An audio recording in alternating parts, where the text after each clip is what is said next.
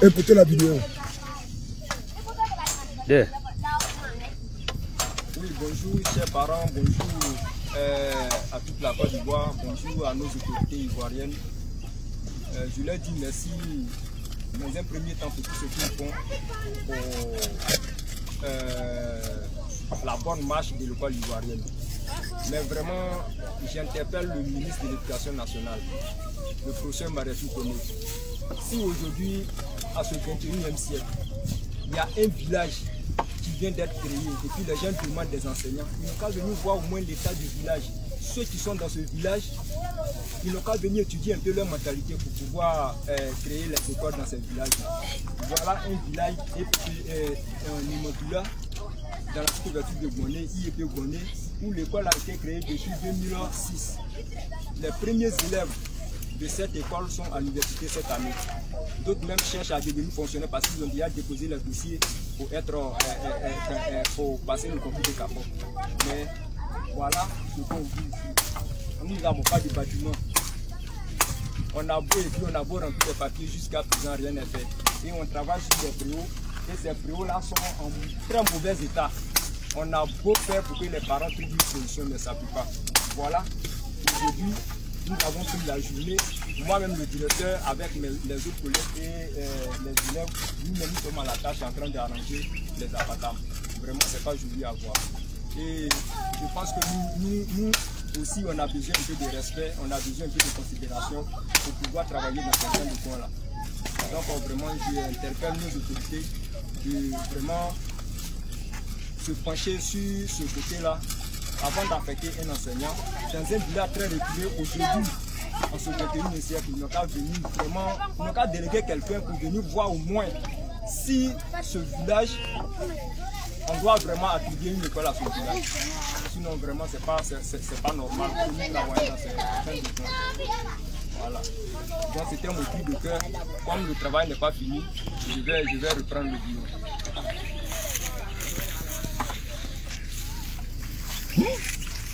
On est en Côte d'Ivoire, dans ce monde. Voilà. Nous sommes à la table depuis le matin. On a beau parler aux parents d'élèves, n'ont pas fait. Donc nous avons décidé d'aménager les salles de classe. Voilà une salle qui est là. Quand on vient le matin, c'est rempli d'eau. Moi, ma classe. Ça, c'est des poulaillers, ça. Non, il faut parler. Voilà, moi-même, ma classe, quand je viens le matin, c'est de l'eau qui est dedans, poto-poto. Hier, je travaille dans poto-poto. Et voilà, c'est en bas là-bas, je travaille dans poto-poto. La boue même. Vraiment, c'est pas. Si on reste dans ces gens de ce qui fait que dans le village même, là, on nous voit comme des bénévoles, quoi. Parce que les villageois même ne peuvent pas comprendre que les enseignants d'État peuvent enseigner dans ces gens de coins-là. Bon, dans ces gens de conditions, on lui travaille. Comment on peut donner le meilleur, on peut donner le meilleur de nous-mêmes? On ne peut pas donner le meilleur de nous-mêmes. On doit nous encourager aussi. Voici les tableaux. Une classe qui prend 3 niveaux. CE2, CM1, CM2. Voici les tableaux sur lesquels on travaille. Hein? Des contreplaqués qui ne valent rien. Vraiment, regardez la patente. Regardez. Est-ce que c'est joli à voir ça? Ouais. On est en Côte d'Ivoire en 2023.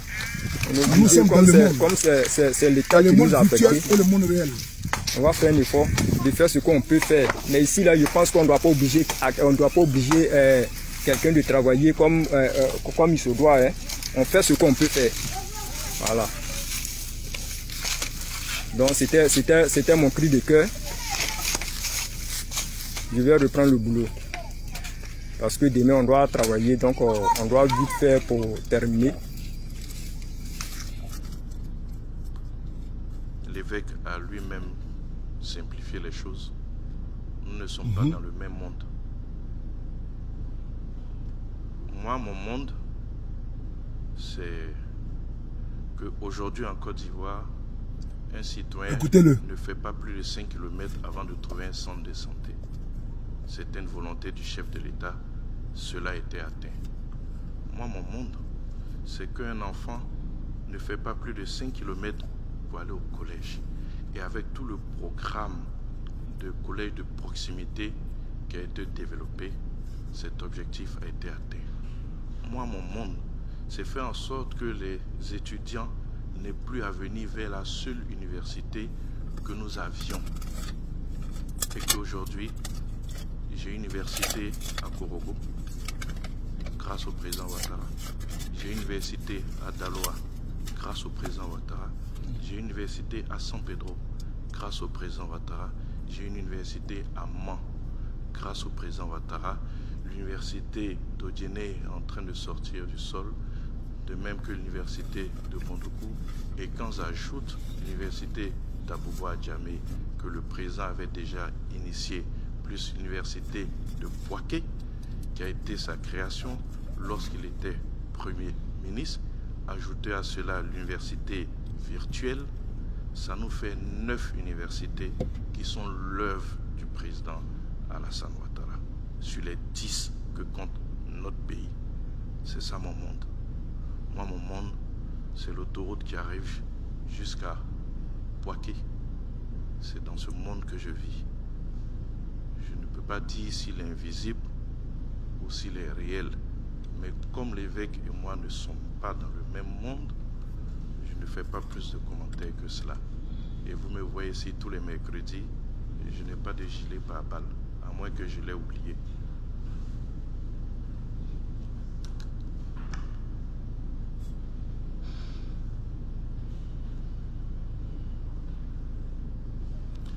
Ben, je vous remercie pour cette question et à tous ceux qui applaudissaient à tout rompre lorsqu'il parlait et qui applaudissaient à l'unisson.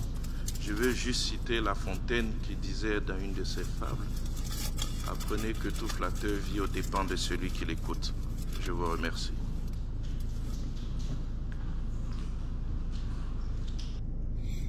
Tout flatteur vit aux dépens de celui qui l'écoute. Voici la phrase du porte-parole du gouvernement, Ouattara. Il a décrit son monde, le monde dans lequel ils vivent, et le monde dans lequel Monseigneur, qui a fait un discours emblématique, historique et anthologique pour décrire la situation délétère que vivent les Ivoiriens. On a vu les sorties de part et d'autre de certains individus du RDR qui sont allés jusqu'à l'insulte, aux insultes, jusqu'aux menaces. Tout qu'on fait. Nous sommes habitués à leur comportement microbien. Oui, ce monde, comme il a dit, j'ai pris des notes. C'est qu'un élève, un enfant de Côte d'Ivoire, ne fasse pas 5 km pour aller dans un établissement, dans un collège, dans une école. Mais voici l'école qui est là. C'est dans son monde. Et ceux qui ont fait la vidéo sont des enseignants d'État. C'est l'État de Côte d'Ivoire qui a affecté ces enseignants là-bas pour aller travailler dans des porcheries. Puisque c'est où ils sont partis là. C'est pas une école. L'État de Côte d'Ivoire, oui, votre monde là, vous avez affecté des enseignants pour aller enseigner des enfants qui sont l'avenir de notre pays dans des porcheries. Ils parlent du poto-poto. C'est quoi poto-poto? C'est la boue. C'est-à-dire que quand ils viennent comme ça le matin là, c'est dans la boue, ils vont enseigner. C'est ce monde-là que le Monseigneur décriait. C'est ce monde-là que Monseigneur décrivait. C'est ce monde-là que Monseigneur expliquait aux Ivoiriens et à la communauté dite internationale, aux amis de la Côte d'Ivoire. C'est ce monde. C'est la réalité que vous voulez cacher avec la main. Le déni total et perpétuel. Dans ce monde-là, ce monde où nous vivons, c'est là où les planteurs, les paysans aujourd'hui brûlent l'anacade. Ils jettent l'anacade parce qu'il n'y a pas d'acheteur, il n'y a pas de preneur. C'est ce monde-là que nous vivons. Ce n'est pas un monde virtuel, c'est un monde réel. Parce que vous êtes dans un monde imaginaire. Nous sommes dans une école en Côte d'Ivoire en 2023.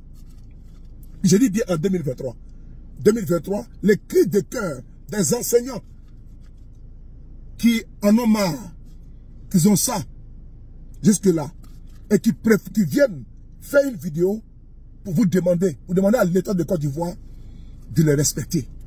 Parce que au niveau du village, dans cette sous-préfecture, mais les parents même pensent que c'est des bénévoles, alors que c'est des personnes qui ont fait l'école ivoirienne et qui sont aujourd'hui fonctionnaires d'État, mais qui ont été affectés dans des poulaillers.